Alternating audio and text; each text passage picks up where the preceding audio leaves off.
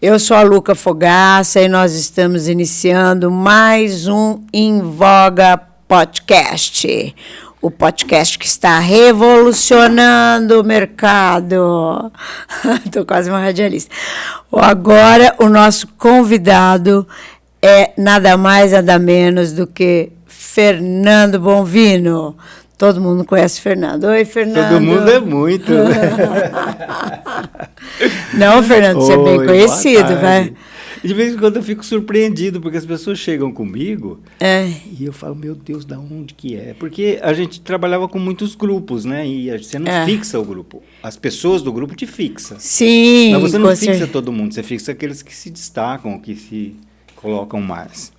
Mas é sinal que a gente está produzindo, né? Está cumprindo a missão. Você sempre produzindo, né? Nunca te conheci numa fase que você não estivesse produzindo alguma coisa muito diferente. Fazendo arte, né? E parece que dessa vez a coisa é bem diferente. Sabe, Luca, nem é diferente. Você sabe que é um resumão, vamos dizer assim, porque ele é tão abrangente que eu, de vez em quando, saco lá da minha memória coisas que eu já vivi que tem a ver com tudo isso. Eu acredito. Para quem não sabe, tem um movimento masculino que chama Sagrado Masculino, que está acontecendo no mundo inteiro e que é muito forte. E a versão dele aqui, em Rio Preto, chama Círculo dos Homens, é isso? Círculo masculino. O Círculo dos Homens é uma forma que foi dado para essas reuniões ligadas a essa temática do Sagrado Masculino, que aqui em Rio Preto nós denominamos de semelhante cura semelhante. Tem uma razão para isso. Então pode começar a falar que eu já... Adorei esse negócio de semelhante, cura semelhante. Então, isso é tão sério. A gente colocou isso intuitivamente. Porque eu tenho um parceiro, tem uma história muito gostosa para contar sobre esse meu parceiro. Eu faço parte de alguns grupos de xamanismo, né? Então, conheço um grupo de pessoas e tal. Eu conheci esse movimento de tanto que eu questionava e ouvia falar dos movimentos femininos a respeito do sagrado feminino. Eu falava para a Valu, né? Por que é só a mulher que é sagrada? O homem também é. Por que é só o feminino, né? O masculino também tem a sua sacralidade, mas eu também não sabia muito bem o que eu estava falando. Eu estava eu acho que até meio reagindo, né, à situação de falar, criando uma briga de casal ali. Não, era mais um questionamento mesmo, sabe? Porque você sabe que nesse nosso planeta tudo é dual, tudo tem dois lados. Claro, com certeza. O primeiro sinal de vida se identifica lá no ultrassom é o batimento cardíaco. E é tum, tum, tum, tum, é sempre dois, né? Então, tudo na nossa vida é dual, na nossa sociedade, né? Então, se tem um lado, cadê o outro? Fica descompensado, né? Esse era meu sentimento. Bom, aí um dia aparece um Fábio Manzoli, que é um cara de Florianópolis, fazendo um trabalho aqui que a Juliana Carrazone trouxe, que era do Sagrado Masculino. A Valu não perdeu tempo, falou assim, vou te dar um presente. Mandou eu para o Sagrado Masculino, lá da Juliana, que elas eram amigas. São amigas. E aí, lá vai eu para esse negócio aí. Tinha 17 homens aqui, mas não eram todos de Rio Preto, era um pessoal da região, assim, um pessoal que inclusive eu não conhecia, e depois sumiu também, eu não vi mais esses caras aí. Essas pessoas que participaram. Mas foi uma tarde de sábado, numa barbearia lá na avenida... numa barbearia tinha que ser, né? O cara ajeitou lá, ficou bem legal, bem gostoso. O trabalho foi excelente, adorei o negócio, fiquei apaixonado. Fiquei ligado na história, entrei para um grupo, aí esse grupo começou a rolar informação. Essas informações foram me chamando cada vez mais atenção. Eu fui atrás de mais informação. E fui vendo que o negócio era grande, profundo e era mundial o negócio. Mundial, né? Não é uma coisa... Né? Muito pelo contrário, chegou aqui até depois, né, do que aconteceu nos grandes centros do mundo. Né? Então, em São Paulo você não acha. Atualmente agora tem, mas naquela época não tinha nem a capital de São Paulo, no estado. Mas para resumir, porque a história vai ficando muito longa, um dia nesse grupo aparece um encontro que ia ter em Brasília, né? O encontrão, eles falavam, que era gente de todo lugar do Brasil que ia se encontrar lá. Eu achei que ia ter lá um monte, lá, sei lá, 500 pessoas. Sei lá. Cheguei lá, tinha 70 homens. E isso sempre muito marcado, né? Os homens muito resistentes. Né? As mulheres, quando você faz um chamado para qualquer trabalho desse nível, as mulheres vêm tudo junto, vem em cima. É a pura verdade. Né? O homem é mais... Mas tem porquê também, Luca. As coisas, nada é por acaso. Né? E a gente vai vendo isso, vai vendo os porquês, né? No trabalho.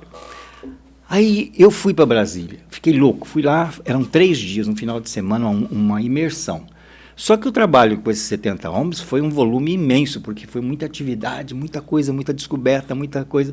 E assim, e o que mais me chamava a atenção era a organização, e só tinha homens. Na cozinha, para limpeza, para tudo, só os homens. Então, aquilo ficou muito forte, a organização, né, que aqueles caras tinham, e o afeto e a afetividade que estava rolando ali, né, entre homens, que é uma coisa que você não via, né? Eu que sou lá do passado, né? Que minha avó falava para o meu pai, não deixava meu pai me beijar quando eu era criança. Por quê? Diz que filho só se beija quando está dormindo, porque senão vai perder o respeito. Eu nasci nessa cultura. Você nasceu um pouco depois, que você é mais nova que eu. Mas, Obrigada. Mas é verdade, Luca. Sabe, eu nasci em 49, bem. Pós-guerra, coisa era feia, né? Isso para mim aqui está sendo uma novidade, assim, uma coisa muito bacana, essa vivência que você está me oferecendo aqui. Eu te agradeço. Imagina. Quando eu nasci, você sabe qual era o meio de comunicação? Telégrafo, bem. E rádio amador, né? Não tinha rádio amador. Meu pai viajava e falava com a minha mãe pelo rádio. Ai, tá tudo bem aqui. Pois que loucura, né? O rádio amador já era uma evolução, bem. Já é da tua era. Na minha não tinha, não. Se tinha, era lá nos submarinos da guerra, né? Mas acho que nem submarino não tinha naquela época. A gente se perde um pouco na história, é tanta coisa, né? Bom, o fato é que eu voltei de Brasília fervendo. Eu falei, eu preciso achar uns companheiros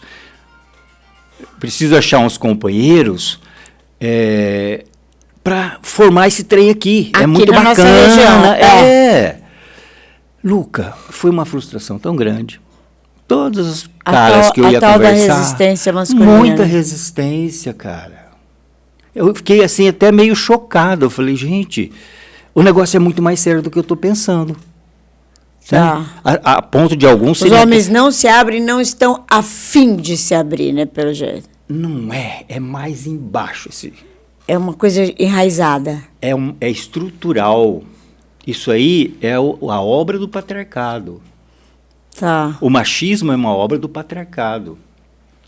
Agora, quando você começa a estudar isso, vai fundo, porque o patriarcado surge como uma reação ao matriarcado, que é a primeira coisa que existe no nosso processo de civilização é o matriarcado. Entendi. Por quê? Porque quando nós éramos ainda meio bicho assim, né? Nem o homem nem a mulher sabia que aquela criança que nascia tinha a ver com aquilo que eles tinham feito 9 meses antes. Não existia essa consciência. Sério? Lógico, pergunta pro cachorro se ele sabe que o filho é dele. Não sabe. A gente era animal igual. Para parar para pensar, Luca, isso. O homem não tinha consciência que ele era pai. Não existia paternidade. A mãe sabia porque nascia da barriga dela. Por isso era um matriarcado. E mais, nascia da barriga dela, mas era um negócio mágico. Era um negócio mágico. Então os homens achavam as mulheres deusas. Elas eram deusas porque elas pariam, né? Nasciam algo a partir delas, elas tinham esse poder, ainda tinha nutrição para esse bichinho. Então, era um mistério aquilo, né? Para quando o homem, no processo que levou milênios e milênios, foi tomando consciência disso, ele foi falando, esse bicho aí... Que né, engraçado visto desse jeito. É antropologia isso, bem. Isso está sendo estudado. Por quê? E por que as mulheres fazem tanto essas coisas? Ai, as mulheres, porque o homem sempre mandou na sociedade. Porque do jeito que você está contando, antigamente, era só matriarcal. Luca, imagina um processo que dura milênios, do macho. Não vamos falar em homem e mulher, porque naquela época era meio animal a coisa. Mais animal do que... por isso que a civilização veio a partir desse momento. Né? Quando o homem começa a tomar consciência de que tem muita coisa, muitos estudos que falam, por exemplo, que há uma passagem em que a mulher esconde o cio, a fêmea humana esconde o cio, para manter o macho perto dela, para poder proteger o filhote, porque o humano era muito vulnerável naquele ambiente hostil. Mas isso não é uma coisa mental da fêmea, é um processo natural da evolução. Então, ela escondeu o cio e tem mais uma coisa, porque quando a fêmea, né, dos símios e tal, começa a ficar em pé, quando há o processo, né, do homos, os homos todos, Neandertal, não sei o que, antes disso, que a mulher ela ficava numa posição inclinada ou horizontal. Então não havia pressão sobre o útero. E a criança ficava lá, como acontece com os quadrúpedes. Quando esse animal, Homus, começa a ficar em duas patas, há uma pressão da gravidade sobre a pelvis. Então começava a ter, no início desse processo, teria havido muitos abortos naturais por conta dessa pressão. E aí a natureza começou a fechar, né? Fechar e restringir. Quer dizer que essa coisa patriarcal veio desde essa época, que o homem a mulher começou a se restringir e o homem abriu. A mulher foi restringindo, ela formou, ela que provoca, né? Não vamos dizer a mulher, vamos dizer o feminino, por isso que ele é sagrado, e o masculino também. Porque há um movimento evolutivo em cima disso, inconsciente. Né? A gente pode dizer até Mas divino. Traduzido isso para hoje. Tem um momento que acontece o seguinte, aí vamos entrar no aspecto social. Por que o filhote era tão vulnerável? Porque, como havia uma retenção, ele tinha que nascer antes do prazo de estar pronto. Então, você pega um macaquinho, ele já nasce pronto, ele gruda na mãe dele e sai pulando árvore. Ele é pronto. O humano não. Ele precisa de proteção, ele precisa de mais um ano para começar a ter autonomia. E isso exigia o macho junto.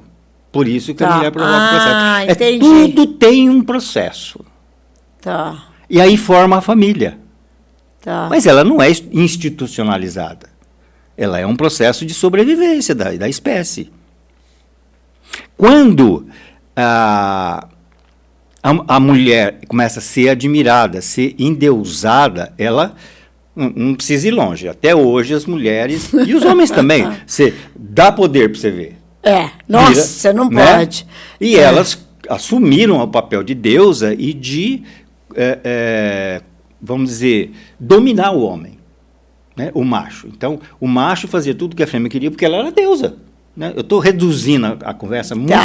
Tem que reduzir mesmo, senão não vamos chegar lá. A gente não tem tempo. Mas, nesse ponto, chega uma hora que o homem está oprimido. O que a gente vive hoje, a opressão do patriarcado, a opressão do vem machismo, lá o homem passou por isso lá atrás. Mas depois ele superou isso. Aí ele vai e tem uma espécie de revolta. Quando que ele revolta? Quando ele descobre que aquele filhote é dele. Que ele também é um deus. Que ele também. Então ele não é. Ele também tem a divindade. Então nasce o sagrado masculino. A consciência da paternidade. Isso é interessante. Mas vem, assim, são energias diferentes. Homem e mulher tem muitas coisas fisicamente diferentes. É o Yang e o Yin, né? Não é só isso. O cérebro da mulher e o cérebro do homem são muito diferentes. Tem número de neurônios, inclusive. As mulheres têm muito mais neurônio que os homens. Porque os homens... Que interessante. Pois é, porque ele desenvolvia o músculo para... Você sabe que eu sempre falo isso. Quando alguma amiga me conta uma história assim, de um namorado, eu falo, gente, não queira entender a cabeça de um homem. Não, é diferente da nossa. São duas coisas completamente diferentes. Não e tem motivo. Você tem que conviver, não entender. Né? Vamos fazer uma coisa assim, meio ilustrativa. A mulher dentro da caverna, protegendo o filhote, o homem sai para ir caçar. Ele tem que desenvolver força para caçar. Tem que ter coragem. E a mulher tem que desenvolver o quê? Percepção, atenção, e aí ela começa a desenvolver mais neurônios para ficar mais atenta às ameaças, a cuidar do fogo, a cuidar da criança, etc. Fazer milhões de coisas ao mesmo tempo. Então ela é periférica, ela tem uma visão periférica, uma percepção periférica. O homem tem uma percepção focada. Se ele não focar, ele não consegue caçar, não vai conseguir matar o bicho. Então foi desenvolvendo um outro sentido, inclusive fisiológico, que diferenciou homem e mulher, fisicamente, fisiologicamente. E aí tem, a decorrer disso, tem as práticas, as atividades que são típicas, né, do masculino e típicas do feminino. E agora, com esse sagrado masculino, com esse movimento dos homens, o homem está se libertando exatamente do quê? Vamos lá.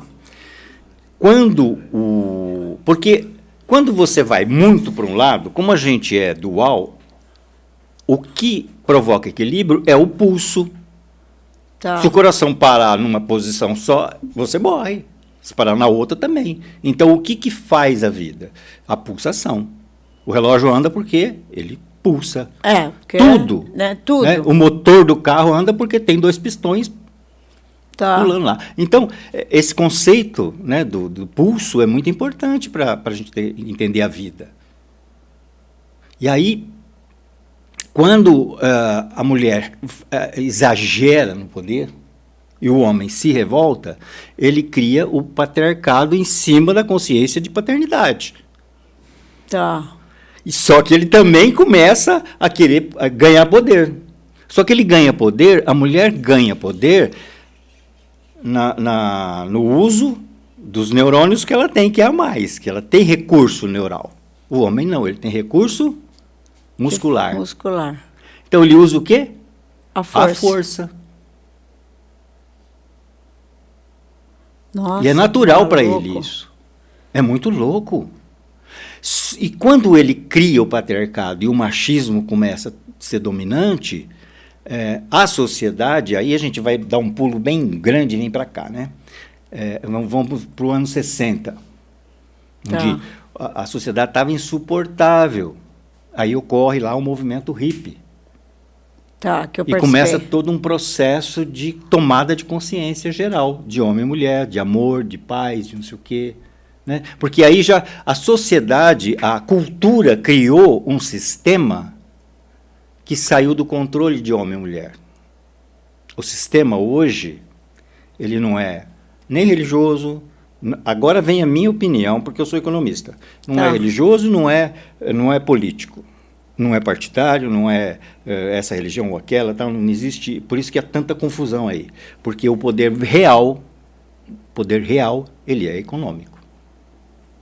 E ele domina os demais poderes, os demais sistemas. O grande sistema é econômico. E esse sistema econômico, ele começou a sufocar homem e mulher. Vem o movimento hippie para quebrar isso. Há uma onda contra para abafar o movimento hippie. E transforma o movimento hippie, inclusive, em moda. Então, esse é a estratégia do sistema econômico. Ele aproveita tudo e transforma em negócio. vamos pôr... Ele é o que a gente devia saber fazer na vida da gente. Não, a gente tem que ter tudo isso. O problema é a consciência, o limite que você tem que ter e a ética. O grande problema da civilização é que nós perdemos a validade da ética na convivência. Então há uma briga de Mas foice me conta, aí. Vamos chegar no sagrado. Então, aí dá para se entender por que a gente entende que o masculino também é sagrado. Tá. Né? Porque ele realmente, essa sacralidade está na geração de uma nova vida, que não é só da mulher. E hoje, o que esse movimento pode fazer para o homem de hoje? Então, a gente chega, assim, tem muita informação já sendo gerada. Né? Tá. Tem vários movimentos, tem no mundo, aqui no Brasil, está crescendo bastante, tem muitos grupos, já tem mais de um grupo agora aqui. Em Rio Preto? Ah, que legal. E a gente... eu queria contar essa história do Flávio, porque quando eu voltei lá de Brasília, que eu fiquei buscando parceiro, né, e tinha alguns que falavam para mim que isso era coisa de viado. Né? Nossa, eu escutei cada coisa. Imagina. Amigo meu, eles tinham liberdade de falar essas coisas. Imagina. Entende? E tinha um cara que eu não chegava nele, porque era um cara assim, ele é sisudo. Sisudo, ele é da roça, assim, ele é agricultor e tal. Eu falava, esse cara, não vou nem chegar perto dele, que ele vai me chamar de viado também, né? Então, deixei ele passar. Passa 5 anos, esse cara me procura. Esse cara. Eu que hoje é o teu sócio, é o meu parceiro. É o teu parceiro. A gente é parceiro no sentido... E essa parceria, ela não é para um negócio, é uma parceria de missão de vida. A gente se encontrou, louco. A gente se sentiu assim, irmanou, sabe? Tá. Ele é bem mais novo que eu, ele é uns 30 anos mais novo que eu. Mas a gente virou irmãozão, assim, né? E a gente ama o que está fazendo, se entende pra caramba... E a gente está ganhando uma força, uma energia para fazer isso, que está dando energia para a gente. Né? Para todos os aspectos da vida. Em todos os aspectos. Né? Tá passando sufoco aí pra caramba e a gente Mas me fala, e hoje, se algum... como é que o cara quer entrar, o cara quer conhecer? A gente está no boca a boca, né? Assim, as pessoas vão divulgando. Então a gente participa de alguma coisa, divulga... Aqui no podcast eu vou poder pôr o teu telefone? Pode, põe o Instagram, Semelhante Cura Semelhante. Vou pôr o Instagram, Semelhante. Por que a gente pôs esse nome? Isso é uma coisa muito séria, a gente não percebe.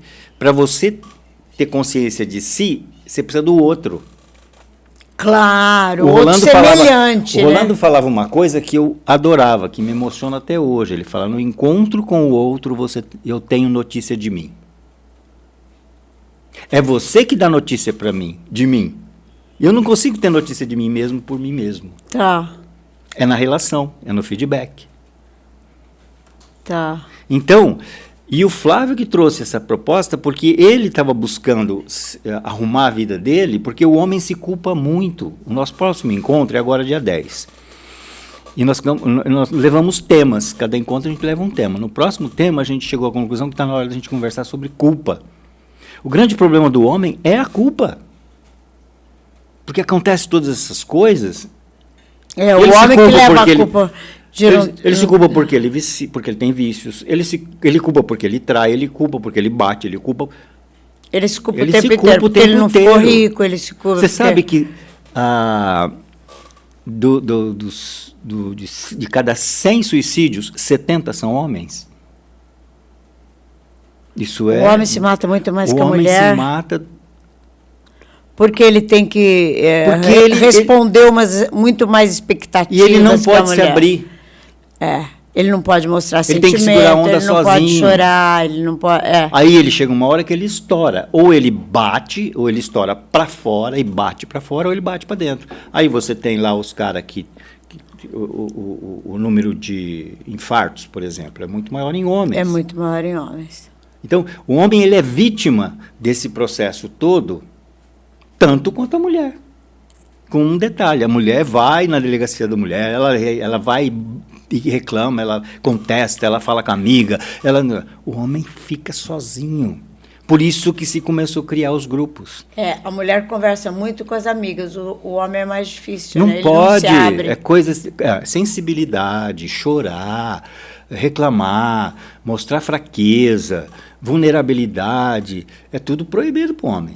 E daí, nesses eventos, vocês discutem isso e todo mundo põe na mesa como se fosse uma grande terapia em grupo. Aí você cria aquele fórum de você criar... Daí o cara fica sabendo, não sou só eu que sinto isso, é todo Essa mundo. É a chave. Essa é a chave. Quando eu percebo que não sou só eu, porque o isolamento é tão grande, a solitude é tão forte, que os homens acham que é só ele. Isso leva a todos os tipos de desvio da masculinidade. Claro. Desde a questão da sexualidade até a criminalidade. Porque ele não sabe, não tem referência. Nós não tivemos... Hoje, eu às vezes choro de ver os pais de hoje, Luca. Porque é lindo ver o pai pegar o filho no colo. Eu, na minha época, eu pegava meus filhos desde quando nascia, eu dava banho. Eu sou apaixonado por isso. Isso eu sei. Sabe, pelo cuidado. Você sabe que você estava junto. Aí, só que meu pai não me pegava. Naquela época não tinha essa demonstração de carinho. Eu nunca tive colo paterno. Não tinha essa demonstração de carinho. Eu não tive nem do pai nem da mãe. Quando eu fiz 50 anos, ele estava com 70, que a gente começou a conversar um pouco sobre isso, porque eu já tinha me curado através da biodança, dos meus processos terapêuticos e tal, eu fui conquistando a afetividade dele. Né? Aí chegou um dia... E você está fazendo grupo de biodança, cortando um pouco, não? A gente parou por conta da pandemia, né? Agora mas o pessoal está me pedindo de novo, Estão me pedindo, tem um pessoal já querendo, eu estou buscando aí um lugar adequado, daqui a pouco acontece, isso, o universo... O universo... Toma conta, né? Eu estou à disposição, né? Tá. A única coisa que a gente pode fazer é isso, ficar a serviço, né? Porque a biodança salvou minha vida. Com certeza, né? Nossa, literalmente. Literalmente, porque eu era um cara que estava para se matar já. E você sempre é muito 880. Ou você é um professor de biodança, ou você é um diretor do Sebrae São Paulo, não sei. Não é verdade? Eu fui secretário de turismo de 3 cidades. Nossa, você é muito 880. 3 cidades. Como é que as comunidades admitem um cara assumindo cargo de poder, de confiança dentro de uma cidade que não é a dele? Né? Eu chegava depois da eleição. Os caras me chamavam para ser secretário. Porque você é muito bom como executivo, Eu escutei uma coisa da Isildinha. A Isildinha falou uma coisa que para mim é sagrado. Se você faz o que você gosta, acabou. Eu faço basicamente o que eu gosto. Quando eu não gosto, não dura muito, não. Né? Você sabe disso. Ô, Fernando, você sabe que isso já está acabando? Que pena, né? Eu estava gostando da conversa. No primeiro momento eu me assustei. Vamos fazer umas 2 horas depois. Mas eu me aprofundei muito nesse negócio do patriarcal. E tem muito assunto. Tem muito assunto. É lindo. E vem cá, você não grava isso? Você não tem um Instagram que você fica dando dica, gravando? Isso é muito importante. Eu estou me adaptando. Eu já te falei que eu sou do tempo do Tá, mas você tem que modernizar. Eu também sou, né? E estou aqui. Então, eu estava lembrando, o primeiro emprego que eu tive, eu tinha que fazer cartas. Então, eram 9 cópias, 9 papel de seda, 9, como é que chama aquilo? Papel carbono, né? Aí você errava uma letrinha, tinha que fazer tudo de novo. Cara, eu vim desse meio, imagina eu o que é isso aqui para mim. E corrigia com aquela cola, coisa tinha um branca. Corretor, né? O corretorzinho branco. Tinha. Imagina. Mas graças a Deus nós estamos aqui hoje. E eu dou risada quando eu chorar. Tá tudo muito diferente, é tudo muito rápido. Muito rápido. Eu espero que os teus grupos cresçam muito, que você volte a dar aula de biodança E que tudo aconteça de bom. Só para encerrar, ontem, por acaso, eu fico pesquisando esse assunto, um podcast lá em Portugal, a pessoa que estava no seu papel falou: a cura do homem é a cura do mundo. Me chamou a atenção. Eu sou mulher, eu posso duvidar disso. Não, a mulher já está no processo. Eu acredito, plenamente. Está faltando o homem. É nesse sentido que ela está falando. Não, eu acredito. A mulher já está no processo. A então, mulher falta sempre o homem. buscou por isso, né? E o homem agora... A hora que você alinhar essas duas energias, você tem um mundo muito melhor. É para se pensar. Olha, Fernando, adorei. Vocês gostaram da entrevista com o Fernando Bonvino? Então, dá um like, segue o YouTube, Instagram e Facebook. Em Voga Podcast. Falou? Beijo, obrigada, Fernando. Beijo, querida. Obrigado você, viu?